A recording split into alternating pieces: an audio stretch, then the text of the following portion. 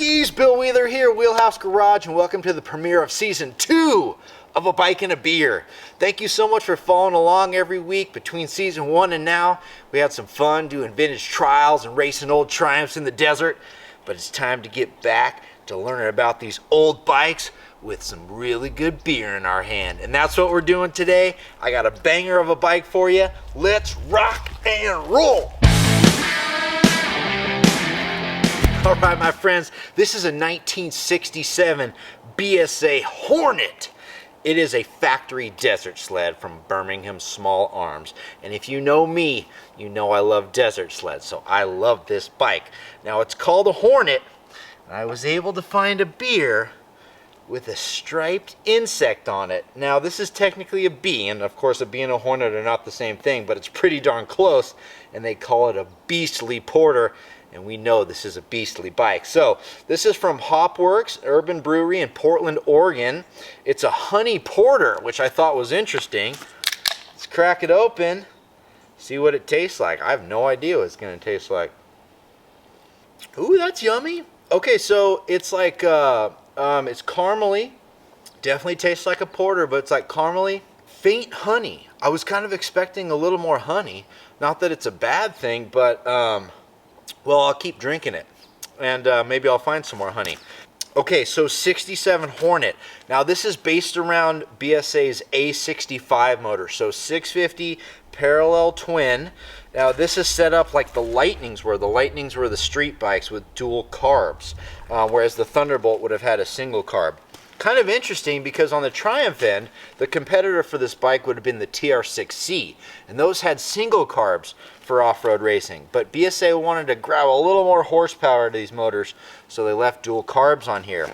Now, originally they would have actually had monoblocks. This has been upgraded to concentrics, which totally makes sense, and it's a very typical upgrade for a bike that has survived this long. They also set these up at a 10.5 to 1 compression ratio with a high performance cam. So these things were really cranking. Now, these bikes were putting about 53, 54 horsepower at the time, which, you know, may not sound like a lot by today's standards, but when you've got about 380 pounds and a few inches of suspension slamming through the desert, 54 horsepower is plenty. And these came stripped down to go racing. They didn't have any lights on them. A lot of people did put headlights on, like this one you see here, or they would throw in a Bates on there, something like that. And these mounts here were the most common, but they actually came with no lights and no speedometer as well. Like this one is only fitted with a tack. That's how they came from the factory. These high bars and these high pipes. Now, technically, these high pipes are actually the East Coast version. Hap Alzino over on the West Coast, he got a lower pipe version, which kind of looked like a TT pipe on the Hornets. Now, the Hornets were made 66 and 67. The predecessor was almost the same bike. It was called the Spitfire Hornet, just a couple of little changes. They also tightened up the gearbox when they went from the Spitfire Hornet to the Hornet for better acceleration as well. Another nice thing about these bikes, quick disconnect rear hub. Love that. So you can take this wheel off without messing with the sprocket. They also took the front brakes off of a Gold Star for better stopping power, and they put some fins on them to help them stay cool. Now, this bike has a really nice upgrade here with these Amel levers. Now, these were rare pieces back then and especially now, but I love to see them on this bike. Okay, so originally from the factory, these bikes had fiberglass tanks, which at the time was lightweight and pretty sleek and cool, but they didn't really stand the test of time, and they don't do well with modern fuels. So this bike has a really great upgrade. This is an aluminum replica tank handmade by the one and only Evan Wilcox, who's a master metalsmith in Southern California, specializes in aluminum work.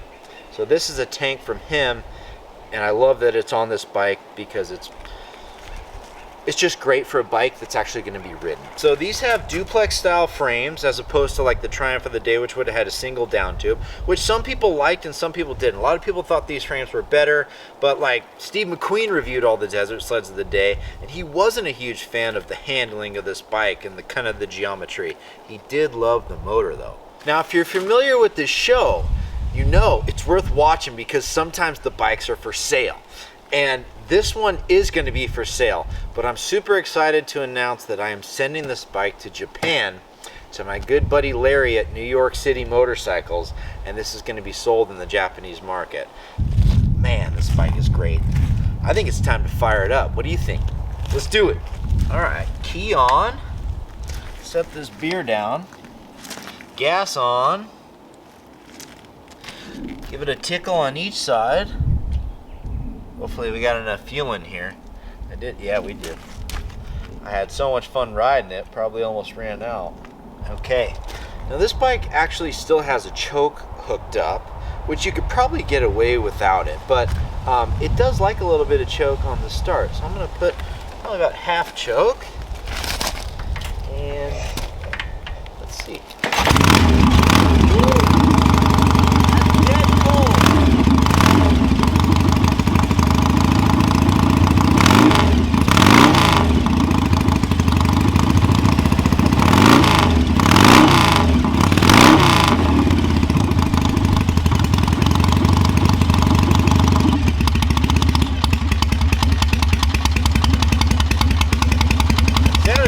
Bike or what? Headlights on. Man. Such an amazing machine.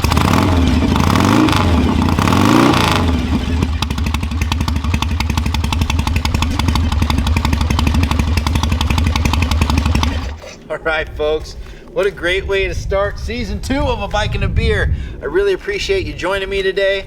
Don't worry, we'll be back next weekend with a whole nother bike and a whole nother beer. Looking forward to seeing you then. Cheers!